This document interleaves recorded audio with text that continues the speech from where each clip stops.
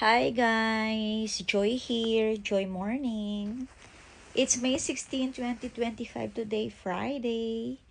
Day off ko sa aking daytime work. And yeah, obvious naman siguro sa face ko guys. Medyo not feeling well ako. Maybe because of my period. I feel so tired.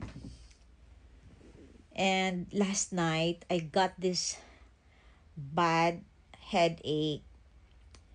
Pagkagising ko, ewan ko, medyo mas may pakiramdam ko.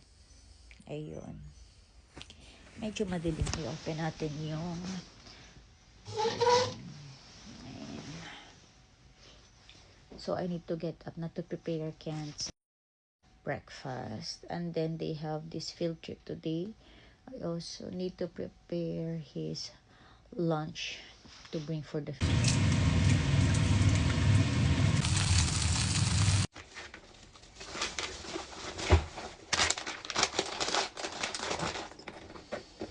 Take care. Love you.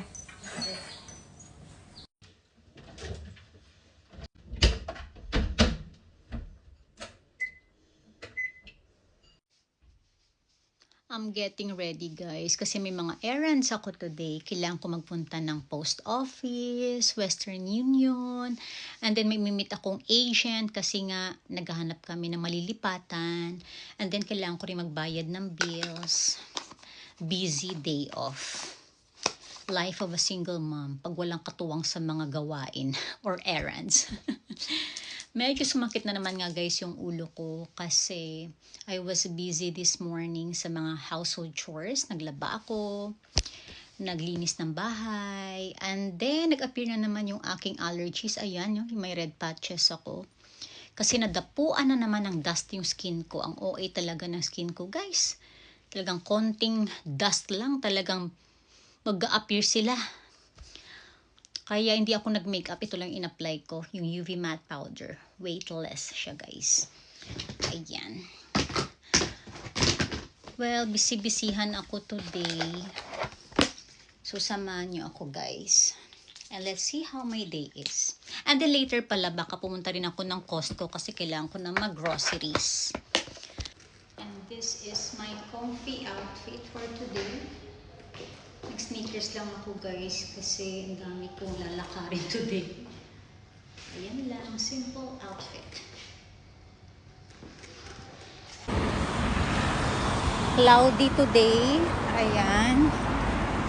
Naku, sana hindi umulan. But I brought with me an umbrella just in case. Papunta ako sa bus stop. Yung una ko pupuntahan today is Western Union.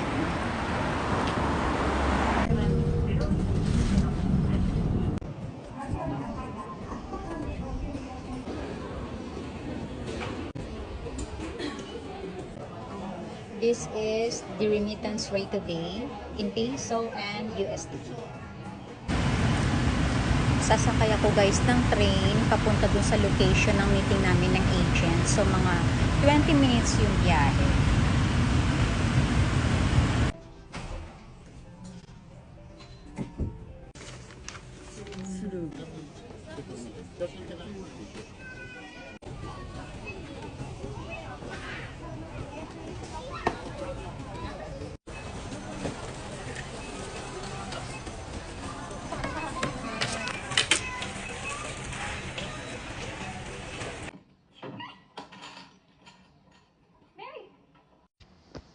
Hi guys, I'm back home na. Hindi ko na na-videoan lahat guys na napuntahan ko today kasi nalobat na ako. So bago ako nagpunta ng Costco, dumaan pa akong post office at saka doon Quixote. Grabe, ang dami ko talagang pinuntahan today kaya medyo napagod din ako. So eto, nagpapahinga muna ako. Kakatapos ko lang mag-coffee. Eto, nagne-Netflix.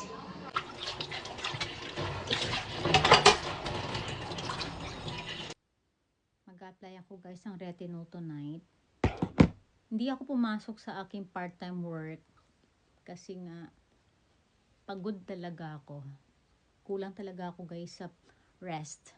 Minsan nakakalimutan ko human being pala ako. Kulang sa pahinga. Akala ko robot ako. Kayod lang ng kayod.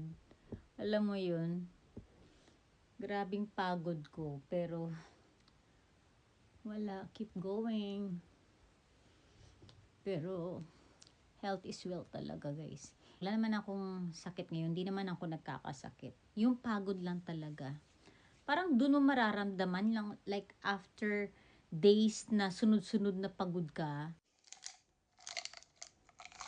Medyo may overfatigue na din kasi ako guys, kaya bawal na sa akin yung sobrang napapagod, yung stress, napagsabihan na ako dati ng doktor. Pero yun, matigas ang ulo ko, masyado kong inaabuso yung katawan ko.